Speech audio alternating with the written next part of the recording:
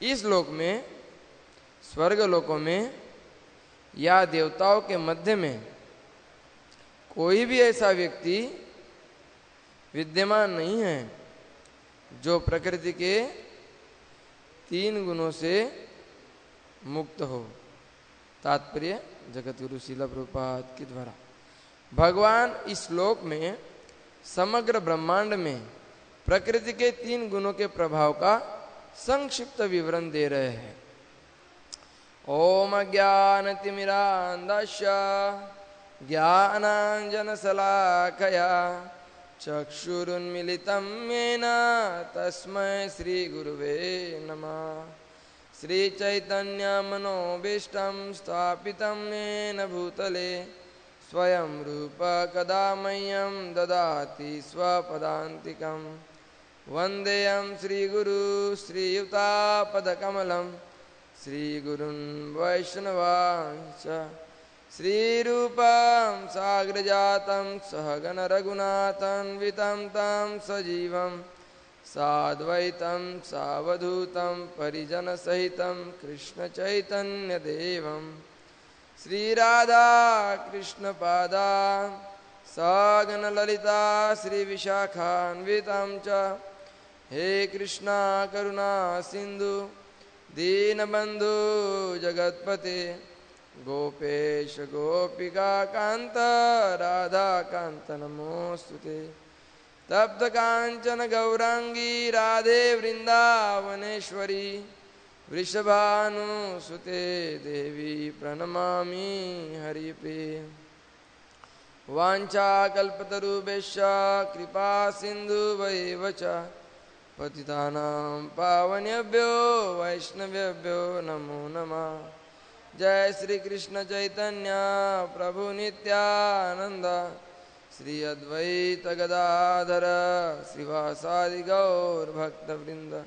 हरे कृष्णा कृष्णा कृष्णा हरे हरे हरे राम राम राम हरे हरे। हरे कृष्णा कृष्णा कृष्णा हरे हरे हरे राम राम राम हरे हरे। नमो विष्णुपादाय कृष्णपृष्ठाय भूतले श्रीमते भक्तिवेदांत स्वामिनिति नामिने। नमस्ते सरस्वती देवी गौरवाणी प्रचारिणे निर्विशेष शून्यवादी पाश्चात देशतारिणे।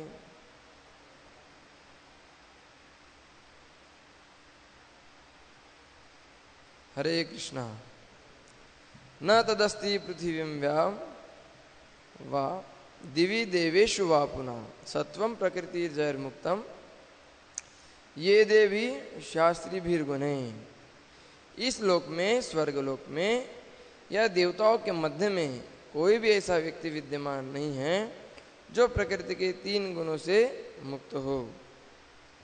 तो यहाँ पर तात्पर्य बहुत एक लाइन में, 1-1.5 लाइन में बताया है प्रभुपाद जी ने। तो यहाँ पर जो मुख्य रूप से जो भगवान बताना चाहते हैं इस श्लोक में, वो प्रकृति के 3 गुणों के बारे में बताना चाहते हैं कि प्रकृति के 3 गुण का जो है हमारे जीवन में और इस ब्रह्मांड के अंदर चाहे जितने भी जीव हैं उन सभी जीवात्माओं के जीवन में प्रकृति के 3 गुणों का क्या प्रभाव पड़ता है और उस प्रकृति के 3 गुणों की वजह से वो किन किन कार्यों में संलग्न रहते हैं। तो उसका संक्षिप्त वर्णन यहाँ पर दे रहे हैं। तो हम जानते हैं प्रकृति के 3 गुण जो है एक सेपरेट जो है अध्याय है इस भगवद गीता के ग्रंथ में कि प्रकृति के 3 गुण जो है अलग अलग चेतना के जो जीवात्माएं होते हैं वो गुणों का प्रभाव के अनुसार ही जो है वो अपने जीवन में किस प्रकार से कार्य करते हैं। जैसे वैदिक शास्त्र में वर्णन आता है कि जो 4 वर्ण और आश्रम होते हैं वो वर्ण और आश्रम में जो व्यक्ति जिस गुण में होता है वो उसी प्रकार के कार्य करते हैं। जैसे ब्राह्मण, क्षत्रिय, वैश्य और शूद्र। तो जो सतोगुणी होते हैं, सात्विक प्रवृत्ति के होते हैं, वो ब्राह्मण के कार्य करते हैं। सतोगुण में जो होते हैं वो ब्राह्मण और क्षत्रिय, ये दोनों प्रकार के लोग जो कार्य करते हैं। और जो रजोगुण में होते हैं वो क्षत्रिय और वैश्य, इन प्रकार के जो लोग होते हैं कार्य करते हैं। तो वो क्षत्रिय के और वैश्य के कार्य करते हैं। और जो तमोगुण में होते हैं वो कुछ वैश्य और कुछ शूद्र कैटेगरी के जो लोग होते हैं वो उस प्रकार के कार्य करते हैं। तो ये हम जो है प्रकृति के तीनों गुणों का जो अध्याय है उसमें जो वर्णन है उसमें हम जानते हैं। तो इस अध्याय में विशेष करके जो है जो उपसंहार संन्यास की सिद्धि जो 18वां अध्याय है, इसमें संन्यास के बारे में विशेष रूप से बताते हैं कि संन्यास का अर्थ क्या है, वास्तविक सन्यासी कौन है। तो इसमें प्रकृति के तीनों गुणों के अनुसार भी सन्यासी की परिभाषा की बताई है। जैसे कि जो व्यक्ति तमोगुणी है वो क्या करता है, वो अपने कर्म के फल का त्याग नहीं कर पाता, वो अपने कर्म का भोग करता है। और जो लोभी होता है, जो कर्म का भोग करना चाहता है, वो रजोगुणी है। और जो सतोगुणी व्यक्ति है वो अपने कर्म का जो फल है वो अपना कर्तव्य समझ के करता है और उसमें वो आसक्त नहीं होता है। तो यहाँ पे सन्यासी की परिभाषा बताया है, एकदम शुरुआत में बताया है, शुरुआत के श्लोकों में, कि एक जो सन्यासी है वो सन्यासी कौन है। तो यहाँ बता रहे हैं कि जो अपने कर्मों के भौतिक इच्छा पर आधारित कर्मों के परित्याग को विद्वान लोग सन्यास कहते हैं और समस्त कर्मों के फल को बुद्धिमान लोग त्याग कहते हैं। तो सन्यास की परिभाषा बता रहे भगवान यहाँ पर कि सन्यास किसको कहा जाता है ना। हम जानते हैं वैदिक शास्त्रों में जो है ब्राह्मण, क्षत्रिय, वैश्य, शूद्र और सबसे सर्वोच्च सर्वोत्कृष्ट होता है वो होता है सन्यासी। तो सन्यासी व्यक्ति का अर्थ क्या है, तो भौतिक लोग क्या समझते हैं, भौतिक लोग समझते हैं कि अगर सभी कर्मों का अगर परित्याग कर देते हैं तो वही सन्यास है। ये ऐसी भौतिकवादी लोगों की समझ होती है। लेकिन बुद्धिमान लोग क्या सोचते हैं, बुद्धिमान लोग सोचते हैं कि जो कर्म तो करता है लेकिन कर्मों का जो फल होता है उस फल का जो निष्काम भाव से त्याग कर देता है, उसके प्रति बिल्कुल भी आसक्त नहीं होता है, वह वास्तविक सन्यासी है।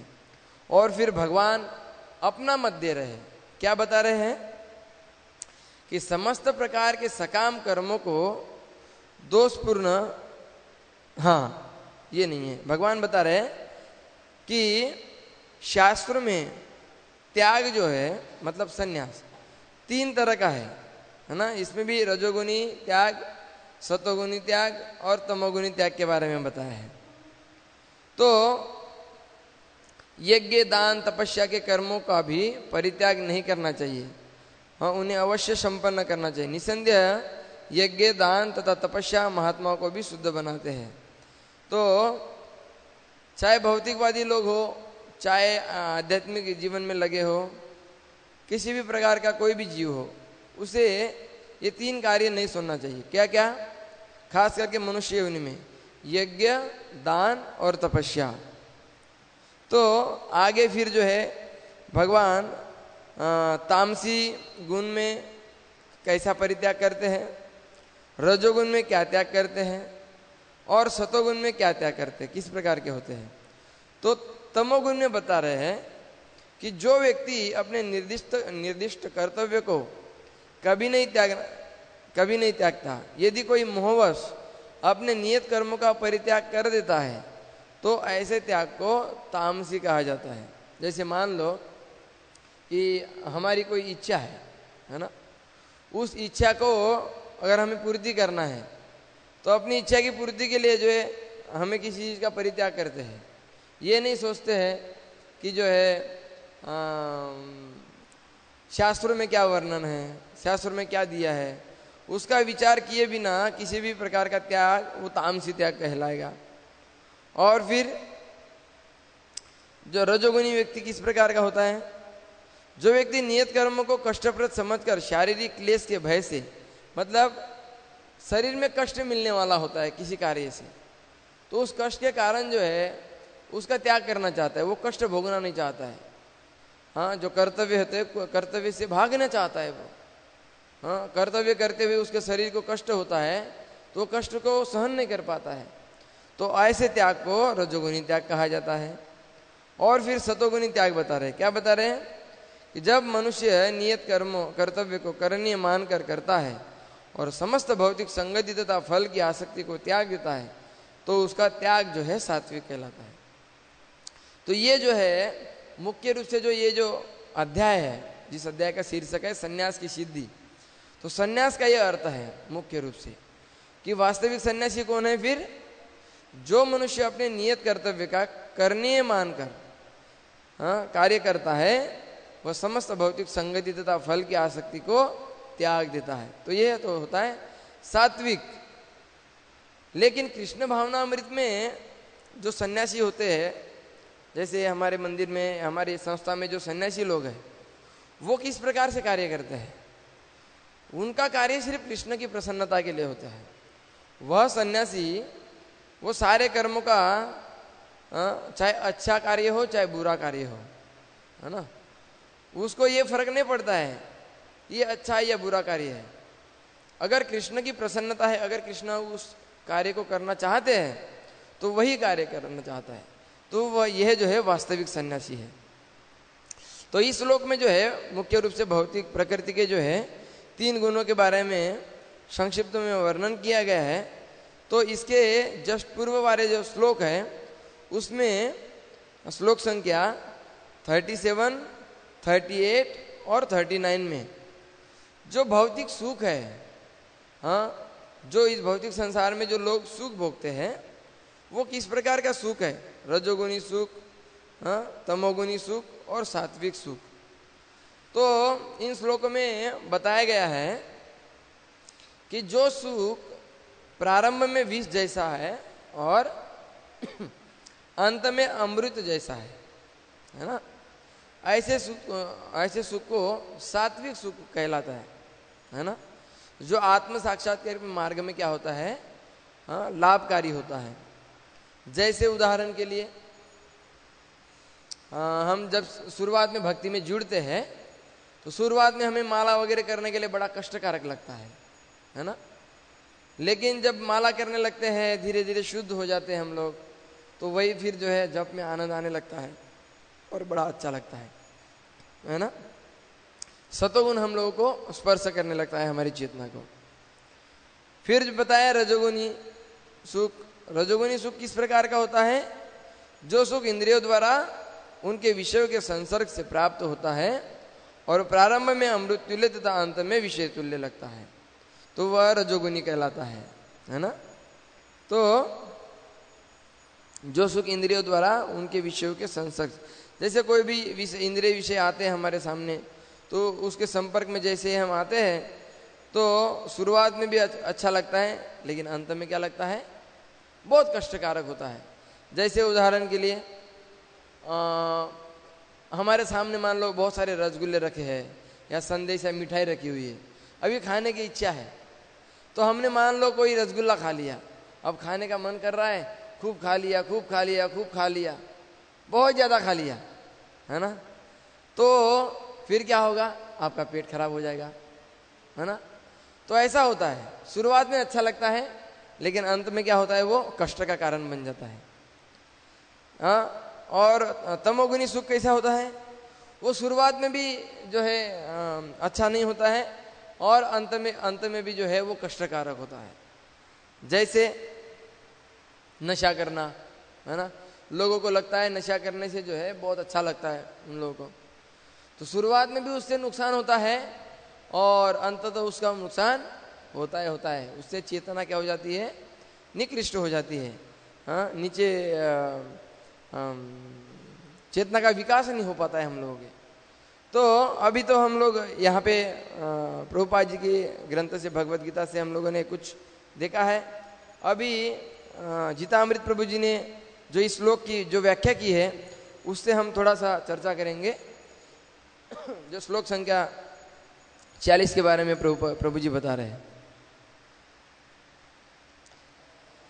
तो शुरुआत में प्रभु जी पिछले श्लोकों से संबंधित बताते हैं, जिसका वर्णन हमने ऑलरेडी कर चुके हैं। कि यहाँ पर प्रभु जी लिख रहे हैं कि सात्विक सुख, रजोगुणी सुख और तमोगुणी सुख, ये जैसे भगवान ने बताया तो अर्जुन के मन में ऐसा विचार आया। तो कृष्ण अंतर्यामी होने के कारण जो है वो समझ गए कि प्रकृति के 3 गुण जो है क्या है और ये तीनों सुख जो है किस प्रकार से कार्य करते हैं। तो इसलिए भगवान बता रहे हैं कि ये जो सुख होता है, रजोगुणी सुख, तमोगुणी सुख और सतोगुणी सुख, ये फिर भगवान बता रहे इस श्लोक में कि ये प्रकृति के 3 गुणों के कारण हो पाता है। क्षमा कीजिए। फिर आगे बता रहे हैं कि यह संपूर्ण सृष्टि जो है त्रिगुणमयी है। तो इसके संबंधित प्रभु जी यहाँ व्याख्या कर रहे हैं। क्या लिख रहे हैं यहाँ पर? श्री कृष्ण कह रहे हैं कि ऐसा कोई भी व्यक्ति नहीं है जो प्रकृति के 3 गुणों से मुक्त हो। तो इस श्लोक के तात्पर्य में प्रभुपाद लिखते हैं कि भगवान इस श्लोक में समग्र ब्रह्मांड में प्रकृति के 3 गुणों के प्रभाव का संक्षिप्त विवरण दे रहे हैं। तो गीता के श्लोक संख्या 7.14 में श्री कृष्ण कहते हैं, क्या कहते हैं? 7.14, हाँ,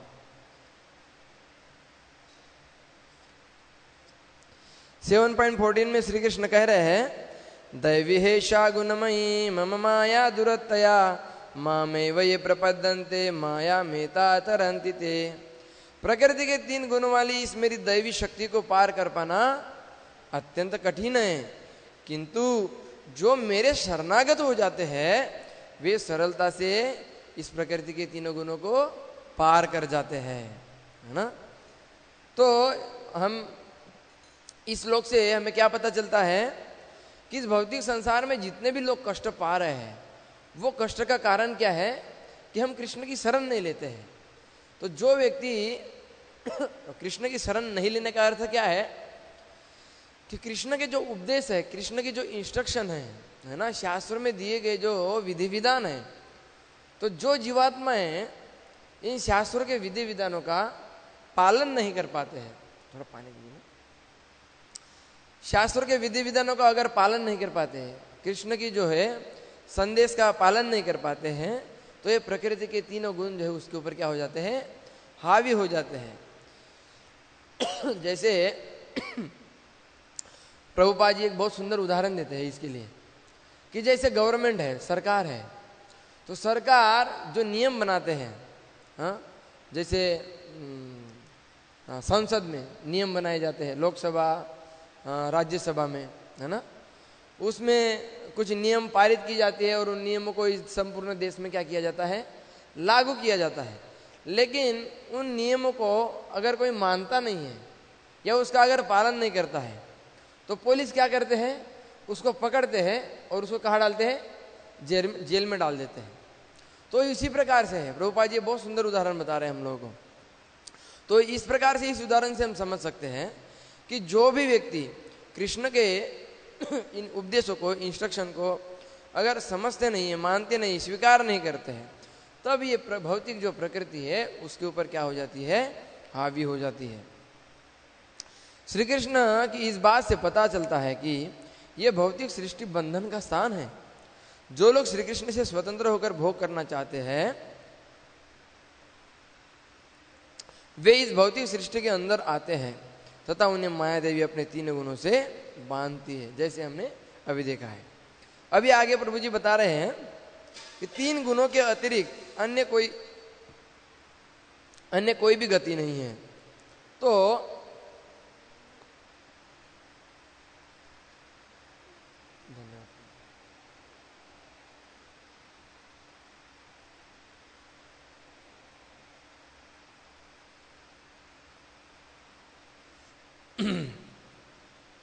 तो यहां पर श्री कृष्ण कह रहे हैं संपूर्ण सृष्टि में ऐसा कोई भी नहीं है जो प्रकृति के 3 गुणों से मुक्त हो। तो यह बात समझने की है कि इस भौतिक जगत में जितने भी जीव है उनमें से प्रत्येक जीव 3 गुणों में से किसी एक गुण में स्थित होकर उसी गुण के अनुसार गति प्राप्त करता है। जो व्यक्ति तमोगुण में स्थित है वह तमोगुण में बंधा हुआ अधोगति प्राप्त करता है। जो व्यक्ति रजोगुण में स्थित है वह रजोगुण में बंधा हुआ मध्य गति प्राप्त करता है तथा जो जीव सत्वगुण में स्थित है वह सत्वगुण में बंधा हुआ ऊर्ध्व गति प्राप्त करता है। तो ये 3 ही प्रकार की गतियां इस भौतिक सृष्टि में है। इन 3 गतियों के अतिरिक्त कोई चौथी गति हो ही नहीं सकती। सबसे अच्छी गति है ऊर्ध्व गति अर्थात ऊपर की ओर गति। इस गति में व्यक्ति बंधन से मुक्ति की दिशा में जाता है। यदि व्यक्ति इस गति का लाभ नहीं उठाता है तो या तो वह मध्य गति में रहता है अथवा अधोगति में रहता है। तो यहाँ पर एक श्लोक भी है, भगवान गीता में उद्धृत करते हैं। कौन सा श्लोक है प्रभु? मध्य तिष्ठति राजसा, एक श्लोक है ना? यस यस, राजसा अधोगच्छन्ति राज। तो इस प्रकार से हम इस श्लोक से देखते हैं कि जो शास्त्रों के विधि विधानों को जो पालन करता है ना, भगवान कृष्ण की सेवा में संलग्न रहता है, उसकी चेतना हमेशा क्या रहती है? आध्यात्मिक रहती है और वो उच्चतर लोकों में जाता है। तो उसकी गति भी वही होती है। लेकिन जो व्यक्ति शास्त्रों के विधि विधानों को मानता नहीं है ना, जो अपने मनमाने ढंग से कार्य करता है, भगवान के जो उपदेश है, भगवान की जो इंस्ट्रक्शन है, उसको अगर स्वीकार नहीं करता है तो क्या होता है? वो भौतिक प्रकृति के 3 गुणों में जकड़ जाता है और फिर जो नीचे के जो लोक है, हाँ, जैसे अतल, सुतल, पाताल, नरक, ऐसे नीचे के लोकों में वो वास करता है। लेकिन जो व्यक्ति शास्त्रों के विधि विधानों को स्वीकार करता है या फिर एटलीस्ट कम से कम अपने मनुष्य जीवन में रहते हुए अपने कर्तव्य का, निहित कर्तव्य का जो पालन करता है, तो वो मध्य तिष्ठति राजसा, मतलब वो रजोगुण में होता है। तो रजोगुण में व्यक्ति कहाँ पे रहता है? फिर वो पृथ्वी लोक पे दोबारा जन्म लेता है ना। और जो सात्विक व्यक्ति होता है, जो श्री कृष्ण के उपदेश को मानता है, गीता के, भागवत के और शास्त्रों के जितने भी विधि विधान है, उसका अगर वो पालन करता है तो वो उच्चतर लोक में जाता है। और अगर उसकी चेतना अगर कृष्ण में अगर संलग्न है, कृष्ण की सेवा में वो लगा हुआ है, तो अंत समय में वो कहा जाएगा भगवान के धाम में वापस जाएगा। तो इस प्रकार से फिर आगे बता रहे प्रभु जी कि ये 3 गुण प्रकृति से ही उत्पन्न होते हैं। तो प्रकृति के जो 3 गुण हैं ये किस प्रकार से प्रकृति से ही उत्पन्न होते हैं, वो कैसे उत्पन्न होते हैं, ये यहाँ पर बता रहे हैं। हाँ, तो यहाँ पर यह बात समझने की है कि श्री कृष्ण की ही एक शक्ति है तथा यह शक्ति उन जीवों को बांधती है जो जीव श्री कृष्ण से स्वतंत्र होकर सुखी होना चाहते हैं। अब यहाँ पर प्रश्न उठता है कि यह प्रकृति श्री कृष्ण से विमुख जीवों को किस प्रकार बांधती है। यह बात समझने की है कि यह भौतिक प्रकृति श्री कृष्ण से विमुख जीवों को बांधने के लिए 3 प्रकार के बंधन उत्पन्न करती है। संस्कृत भाषा में गुण शब्द के अनेक अर्थों में से एक अर्थ बंधन भी है।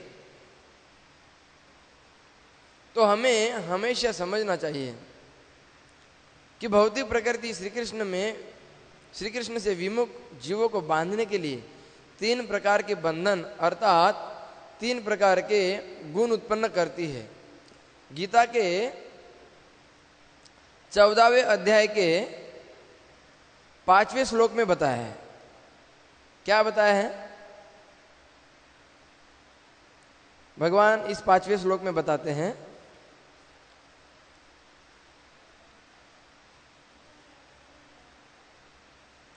हाँ, 14वां अध्याय जो प्रकृति के 3 गुण ये जो अध्याय है इसमें बता रहे हैं, सत्वम रजस्तमम इति गुणा प्रकृति संभवा निबंधन्ति महाबाहो देहे देहिनम अव्ययम। भौतिक प्रकृति 3 गुणों से युक्त है। यह है सतोगुण, रजोगुण तथा तमोगुण। तो हे महाबाहु अर्जुन, जब शाश्वत जीव प्रकृति के संसर्ग में आता है तो वह इन गुणों से बंध जाता है। तो एक जीव जो है इस प्रकृति के तीनों गुणों में किस प्रकार से बंध जाता है, इसका वर्णन इसमें किया गया है। हाँ, फिर आगे प्रभु जी वर्णन कर रहे हैं क्या, 3 प्रकार के कष्ट भी भौतिक प्रकृति से उत्पन्न होते हैं। तो भौतिक प्रकृति में 3 प्रकार के कष्ट हम जानते हैं कौन कौन से हैं। हाँ, आध्यात्मिक क्लेश, हाँ, आध्यात्मिक कष्ट, हाँ, फिर आदि भौतिक कष्ट और आदि दैविक कष्ट। तो ये कौन कौन से कष्ट है, इसका वर्णन प्रभु जी इस अपनी व्याख्या में वर्णन कर रहे हैं। तो इसका हम श्रवण करेंगे। तो यहाँ पर श्री कृष्ण कह रहे हैं कि 3 गुण प्रकृति से उत्पन्न हुए हैं तथा हाँ, गीता 7.14 में श्री कृष्ण कहते हैं कि उनकी माया 3 गुणों वाली है। इन बातों से पता चलता है कि प्रकृति तथा माया एक ही वस्तु है, जो श्री कृष्ण की एक शक्ति है, जो श्री कृष्ण से विमुख जीवों को बांधती है। श्वेतास्वर उपनिषद के 4.10 में कहा गया है, माया तो प्रकृति विद्यात माइनम तो महेश्वरम। अर्थात माया को प्रकृति समझना चाहिए तथा मायापति श्री कृष्ण ही प्रकृति अथवा माया के नियंता है। अब वह विचार करेंगे कि माया अथवा प्रकृति श्री कृष्ण से विमुख जीवों को जिस समय 3 गुणों से बांधती है, उस समय यह फिर क्या करती है। गीता 16.24 के तात्पर्य में श्रील प्रभुपाद लिखते हैं, भगवान की भौतिक शक्ति अर्थात माया त्रय तापों के रूप में हमें सदैव कष्ट देती रहती है। यह भौतिक शक्ति प्रकृति के 3 गुणों से बनी हुई है। श्रील प्रभुपाद की इस बात से पता चलता है कि माया अर्थात प्रकृति श्री कृष्ण से विमुख जीवों को पहले 3 गुणों से बांधती है, फिर यह देवी उन बंधे हुए जीवों को 3 प्रकार के कष्ट देती है। तो यहाँ पर हमें समझना है कि प्रभु जी बता रहे हैं कि जो प्रकृति है, ये जो नेचर है जिसको हम प्रकृति बोलते हैं, ये प्रकृति यही वास्तविकता में माया है। क्यों माया बोलते हैं इसको? क्योंकि ये जो कृष्ण से जो विमुख जीव है उनको बंधन में बांधती है ना, और जो कृष्ण से विमुख जीव है उनको इस भौतिक प्रकृति के जो नियम है उन नियमों में बांधकर 3 प्रकार के कष्ट देते हैं, जिन कष्टों का वर्णन हम हमेशा से सुनते आ रहे हैं। हाँ, आध्यात्मिक कष्ट, आदि भौतिक कष्ट और आदि दैविक कष्ट। ये तो किस प्रकार के 3 प्रकार के कष्ट होते हैं। जैसे पहला आध्यात्मिक कष्ट। तो आध्यात्मिक कष्ट कौन सा होता है? जो शरीर और मन के द्वारा जो मिलता है ना। तो शरीर के द्वारा कौन कौन से कष्ट मिलते हैं? जैसे जन्म, मृत्यु, बुढ़ापा और बीमारी जो होती है, ये भी हम शरीर के कष्ट मानेंगे। मन के कष्ट कौन से होते हैं? मन के द्वारा कि हमें क्या कष्ट मिलते हैं? जैसे हमें काम वासनाएं सताती है, कभी क्रोध आता है ना, दूसरे जीवों के प्रति कोई ईर्ष्या करते हैं। तो ये सब कहाँ पे आता है? मन में आता है ना। तो ये मन के द्वारा कष्ट मिलते हैं। और फिर दूसरे प्रकार का कष्ट कौन सा बताया था? आदि भौतिक कष्ट। आदि भौतिक कष्ट कौन सा होता है? हाँ, ऐसा कष्ट जो हमें अन्य व्यक्तियों या अन्य जीवों से प्राप्त होता है। जैसे मान लो हमारे अगल बगल में कोई रहता है, तो दूसरा व्यक्ति आके हमें कुछ प्रताड़ित करता है, कुछ बोलता है, तो हमें क्या पहुंचा रहा है? कष्ट पहुंचा रहा है। या फिर जैसे दूसरे जीव, मच्छर है ना, कोई दूसरे पशु है, हाँ, वो अगर आके हमें प्रताड़ित करते हैं और हमें कष्ट पहुंचाते हैं, जैसे कभी कभी हमें मच्छर काटते हैं तो हम परेशान हो जाते हैं, है ना। तो इस प्रकार से दूसरे जीव जो हमें कष्ट पहुंचाते तो वो किस प्रकार का है?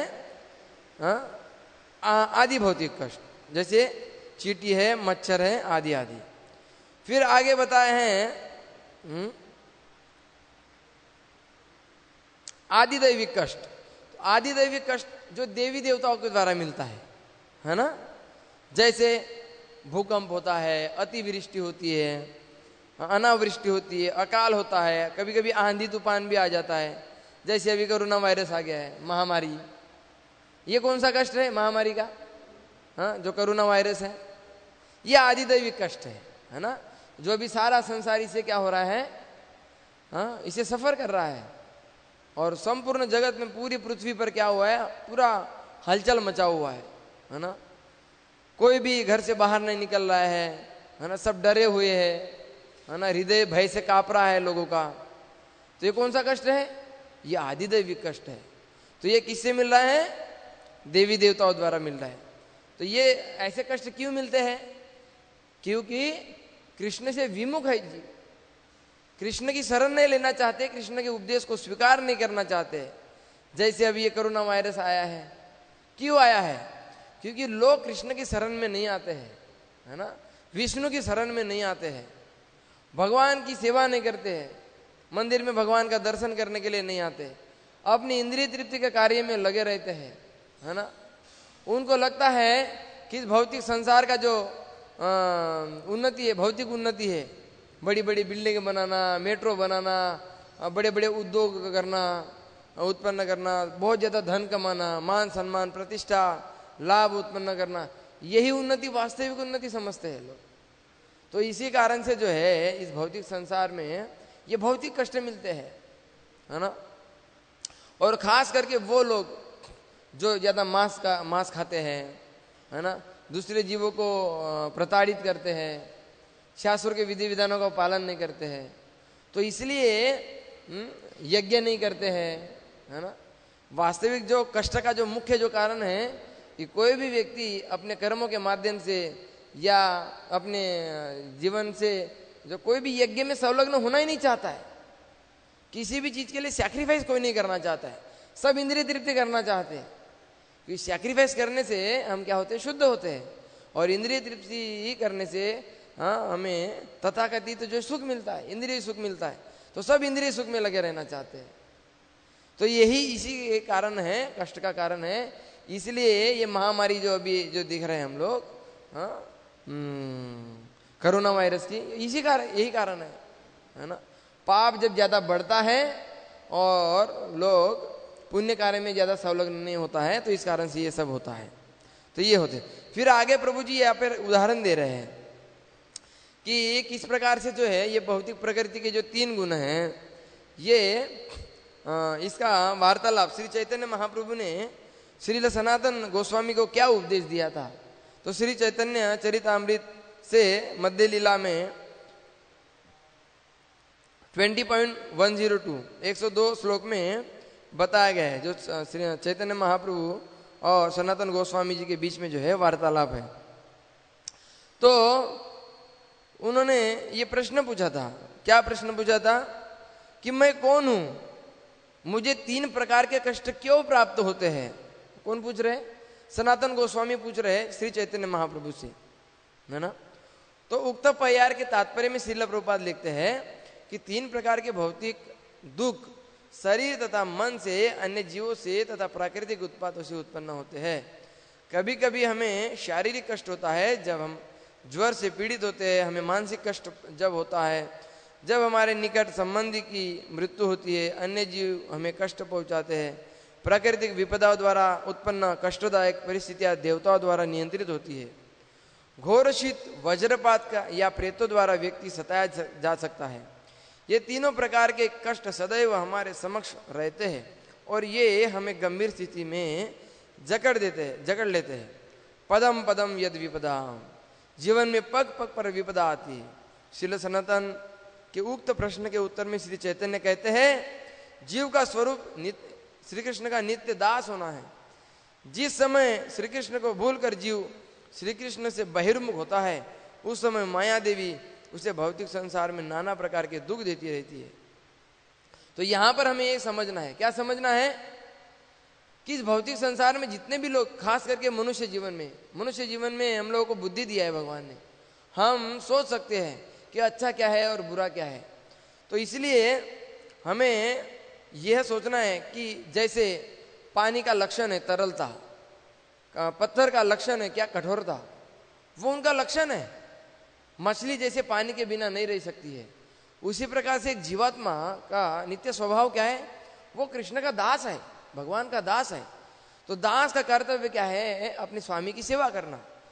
तो हम अगर अपने स्वामी की जब सेवा नहीं करते हैं तो इसलिए हम लोगों को क्या मिलता है? कष्ट मिलता है। इसलिए भगवान की सेवा में हमें संलग्न होना चाहिए। अगर हम भगवान की सेवा में अगर हम संलग्न होते हैं तो हमारे जीवन के जितने भी कष्ट हैं वो सारे कष्टों का क्या हो जाता है? निवारण हो जाता है। लेकिन इस बात को भौतिकतावादी जो लोग हैं इसको स्वीकार नहीं करते हैं और गधे की तरह मेहनत करने में लगे होते हैं। भगवान के पास कोई नहीं आता है, भगवान के नियमों को, उपदेशों को कोई स्वीकार नहीं करना चाहता है। इसलिए फिर क्या होता है? हम जो कर्म करते हैं वो कर्म हमें बंधन का कारण बन जाती है। क्यों? प्रकृति अपना कार्य करना चालू करती है। जब हम भगवान की शरण में नहीं रहते हैं तो प्रकृति अपना काम कार्य करना चालू करता है। लेकिन भगवान क्या बता रहे गीता में कि जो व्यक्ति मेरी शरण में आता है, मेरी जो शरण लेता है, वो इस भौतिक प्रकृति के तीनों गुणों के द्वारा जो ये कष्ट मिलते हैं, है ना, भौतिक प्रकृति के द्वारा जो प्रताड़ित किया जाता है जीवात्मा को, तो इस प्रताड़ना से उसको क्या मिल जाती है? मुक्ति मिल जाती है और उसको कष्ट नहीं मिलते हैं। तो हमें ये समझना है यहाँ पर कि हम अगर अपने जीवन के अगर कष्ट हम कम करना चाहते हैं, आज जो परिस्थितियाँ उत्पन्न हुई हैं संपूर्ण विश्व में, इन परिस्थितियों को अगर हम कम करना चाहते हैं तो हमें क्या करना चाहिए? सर्वधर्मान परित्यज्य माम एकम शरणम व्रज। हाँ, कृष्ण कह रहे हैं, क्या कह रहे हैं? मेरी शरण में आओ। तो इसलिए हमें हमेशा क्या किसके शरण में रहना चाहिए? हम कहीं पे भी रहे, जीवन के किसी भी स्तर में, किसी भी समय में, कहीं पे भी रहे, हमें हमेशा कृष्ण से संलग्न, कृष्ण के साथ रहना चाहिए, कृष्ण का स्मरण करना चाहिए, कृष्ण की पूजा करना चाहिए, कृष्ण को भोग लगाना चाहिए, कृष्ण के नामों का जप करना चाहिए, कृष्ण के अपना असली मित्र मानना चाहिए, हमारा सखा मानना चाहिए, और वही हमारे स्वामी हैं। अगर हम उनकी सेवा करते हैं तब हमारे जीवन में क्या रहेगा? हमेशा सुख और शांति से हम लोग जी सकते हैं। हाँ, तो ये है दुख का कारण, ये है कष्ट का कारण कि हम भगवान के शरण में नहीं है। तो यहाँ पर बता रहे हैं इस श्लोक में भगवान क्या बताना चाह रहे हैं कि ये संपूर्ण ब्रह्मांड के अंदर देवी देवताओं भी इससे मुक्त नहीं है। यहाँ तक ब्रह्मा जी जो है, शिव जी जो है, बहुत उन्नत है, ये भगवान के भक्त है, लेकिन फिर भी अंत में प्रभु जी यहाँ पर बता रहे हैं अपनी व्याख्याओं में कि इनके ऊपर प्रकृति के गुण, ये भगवान के शुद्ध भक्त है इसलिए इनके ऊपर प्रकृति के तीनों गुणों का प्रभाव नहीं पड़ता है। लेकिन ब्रह्मा, शिव, सूर्य, चंद्र, जितने भी देवी देवता है, ये भी अगर भगवान को भूल के अगर कोई भी कार्य करते हैं, यहाँ तक कि ब्रह्मा जी और शिव जी भी, वो भी अगर भगवान से संपर्क नहीं रखते या भगवान के भक्ति में नहीं लगे रहते तो ये प्रकृति उनके ऊपर भी हावी हो जाती है। तो सोचिए प्रकृति के गुणों का कितना बड़ा प्रभाव है। हाँ, वो भी इससे बचे हुए नहीं है। इसके लिए बहुत सारे उदाहरण हैं। जैसे एक बार शिव जी को जो है भगवान ने मोहिनी रूप दिखाया तो क्या हुआ? तुरंत जो है शिव जी का वीर्य जो है वो स्खलित हुआ और उससे जो है कुछ सोने की पहाड़ी, लोहे और चांदी का जो है बहुत ऐसे विशाल पर्वत उत्पन्न हुआ था उससे। हाँ, वैसे ही हम ब्रह्मा जी को देखते हैं। ब्रह्मा जी कब माया में जैसे भगवान लीला कर रहे थे तो उनके ग्वाल वाल भी को चुरा के लेके गए थे, तो उस समय ब्रह्मा जी भी जो है भ्रम में पड़ गए थे, भगवान को समझ नहीं पा रहे थे। तो इस प्रकार से हम देखते हैं कि बड़े बड़े देवी देवता जो है माया से और इस प्रकृति से बचे हुए नहीं है। तो हम कौन से खेत की मूली है? हम लोगों के जीवन में तो हम तो एकदम तुच्छ कीट की तरह है इस संसार में पड़े हुए। हाँ, हमारे जीवन में क्या है? कुछ भी नहीं है कि नहीं है? तो इसलिए इस प्रकृति के तीनों गुणों से कोई बचा नहीं है। तो इसलिए हमें क्या करना चाहिए? हमेशा जो है कृष्ण की शरण में रहना चाहिए, कृष्ण के नामों का जप करना चाहिए। हमें घर में रहते हैं, कुछ भी घर पे बनाते हैं, घर पे तुलसी पत्र डाल के भगवान को भोग लगाओ, भगवान के नामों का जप करो और हमेशा कृष्ण की शरण में रहो। तो ऐसे धीरे धीरे हम अपना जीवन जो है देखेंगे। अपने जीवन में ये भौतिक प्रकृति के जो कष्ट है, हमें लगता है हमारे जीवन में ऐसे कष्ट क्यों है, हमें समझ में नहीं आता है। लेकिन जैसे कृष्ण की शरण में आते हैं तो कुछ समय के बाद हमें धीरे धीरे पता चलने लगता है, अरे मेरे जीवन में देखो, जब से मैं भक्ति करने लगा हूँ तब से मेरे जीवन में क्या आने लगा है? सुख आने लगी है, शांति आने लगी है। तो इसका अनुभव आप स्वतः कर सकते हैं। इसलिए क्या करना पड़ेगा? भक्ति करनी पड़ेगी। और भक्ति का अर्थ क्या है? भगवान की सेवा। तो भगवान की सेवा में जैसे हम संलग्न होंगे तो प्रकृति के तीनों गुणों का प्रभाव हमारे ऊपर क्या होगा? निश्चित रूप से कम हो जाएगा। और हम इस संसार से जो है भौतिक प्रकृति के तीनों गुणों को पार करके हम भगवान के धाम में इसी जीवन में जा सकते हैं और इस जीवन की सफलता को प्राप्त कर सकते हैं। धन्यवाद। हरे कृष्णा। तो मैं प्रभु जी से प्रार्थना करता हूँ कुछ बताएंगे, त्रुटियाँ हो या कुछ बताना चाहते हैं। धन्यवाद।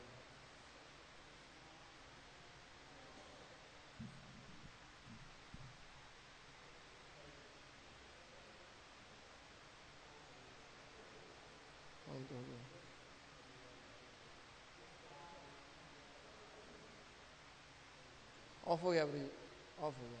ये ले लो प्रभु जी, ये ले लो। ये बैटरी खत्म हो गई।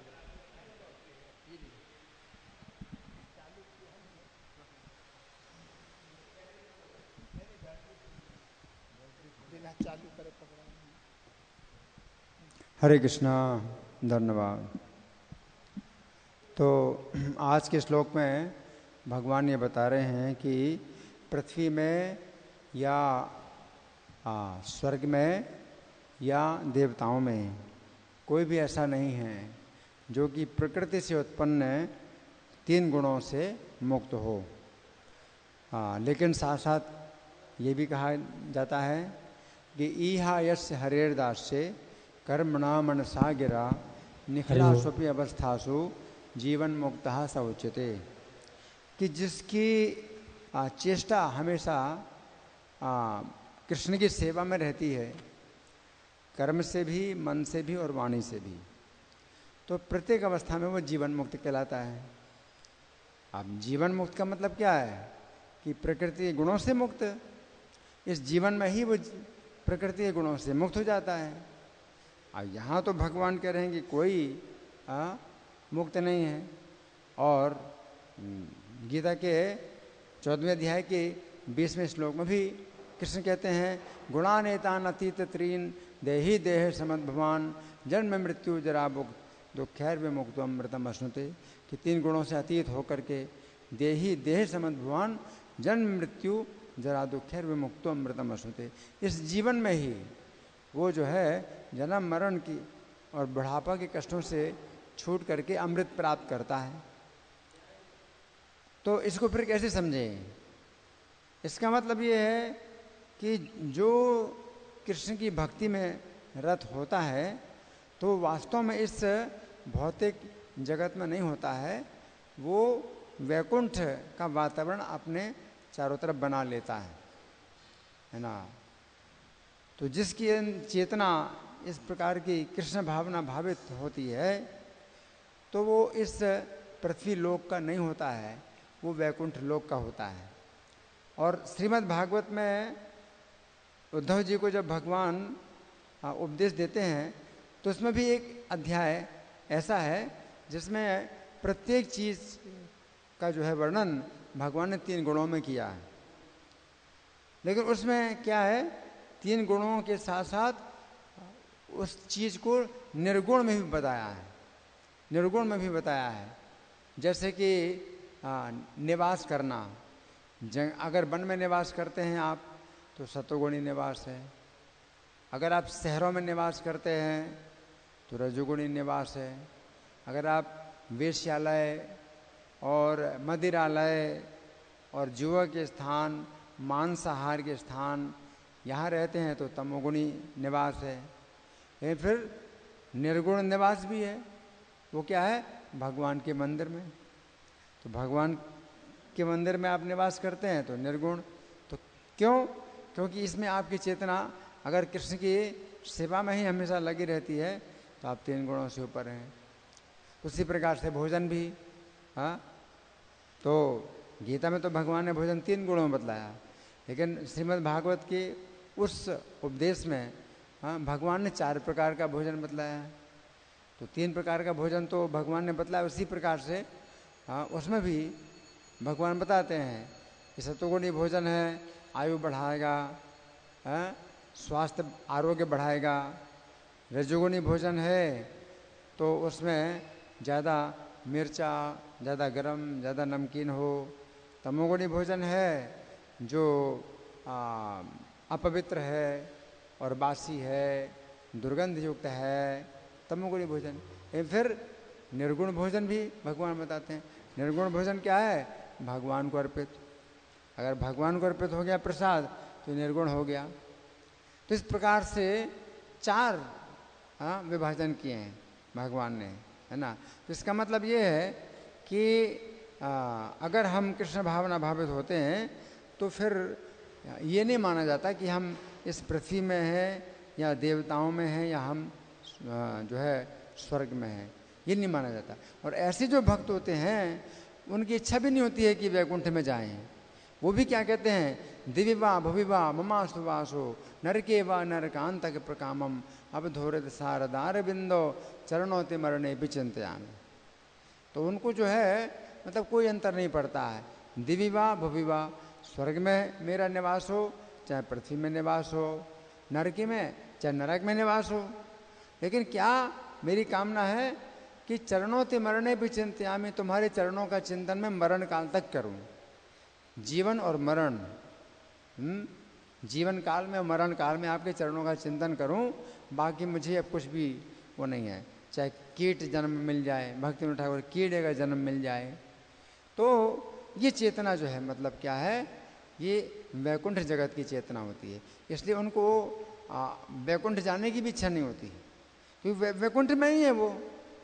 तो इसलिए वो कहते हैं कीड़ा बना दीजिए मुझे, चाहे नरक में रख दीजिए, कहीं भी रख दीजिए, हाँ, मुझे केवल अपना जो है चरणों का सेवक बनाइए। चैतन्य महाप्रभु कहते हैं मम जन्मनि जन्मनि ईश्वरे भवतात भक्ति रहे तो गीत ही। तो ये क्या है? निर्गुण अवस्था कि जन्म जन्म, मतलब चैतन्य महाप्रभु जो शिक्षाष्टकम में जो बता रहे हैं वो यही बता रहे हैं कि जन्म जन्म, तो जन्म चाहे मनुष्य का हो चाहे देवता का हो, चाहे भिखारी के घर में जन्म हो और चाहे पशु पक्षी 84 लाख योनि में कोई भी जन्म हो, चैतन्य महाप्रभु। लेकिन क्या चाहिए मुझको? आपके अहेतु की भक्ति चाहिए। तो ये क्या है? वो 3 गुणों से बंधा हुआ नहीं है, और वो जो है कहाँ पर है? वैकुंठ में ही है। इसलिए उनको वैकुंठ को नहीं कहते कि मुझे वैकुंठ भेज दो। यहाँ पर भी इसी प्रकार से है जैसे सरकारी व्यक्ति, सरकारी आदमी को जेल के अंदर भी अगर रखा जाता है तो वहाँ भी उसको पूरी सुविधा मिलती है जैसे जेल के बाहर की। जेल के अंदर भी वो जो है सरकारी व्यक्ति है ना, अगर आया है और रहता भी है जेल के अंदर भी तो पूरी सुविधा है उसके लिए। जेल के अंदर रहने में और जेल के बाहर रहने में कोई अंतर नहीं है, उसके लिए कोई अंतर नहीं है। तो वो कहाँ है? वो तो जेल के बाहर ही है, जेल के अंदर थोड़ी है ना। जैसे दूतावास होता है, अमेरिका का दूतावास है, तो भारत में अमेरिका का दूतावास है, तो वो जो एम्बेसी है तो वो उतना क्षेत्र अमेरिका का ही है। वो जितनी जो एम्बेसी है उसका क्षेत्र वो अमेरिका का ही है। वो क्षेत्र भारत के अंदर भी अमेरिका का क्षेत्र है। तो उसी प्रकार से ऐसे भक्त जो वैकुंठ चेतना में आ जाते हैं तो वो जो है मतलब अपने चारों तरफ वैकुंठ का ही वातावरण उत्पन्न कर देते हैं, है ना। तो वो भौतिक जगत में नहीं आते। ऐसे भगवान जो बता रहे हैं तो इसको हमें उस प्रकार से भी समझना पड़ेगा कि अगर आप हैं और भगवान ने कहा भी है क्या इस जीवन में भी आप मुक्त हो सकते हैं, जीवन मुक्त। ये भगवान ये नहीं कह रहे हैं कि नहीं मरने के बाद ही आप जो है मुक्ति प्राप्त करेंगे, नहीं, इस जीवन काल में भी आप मुक्ति प्राप्त कर सकते हैं। भगवान बता रहे हैं स्थित प्रज्ञ पुरुष के लक्षण क्या हैं, भगवान बता रहे हैं।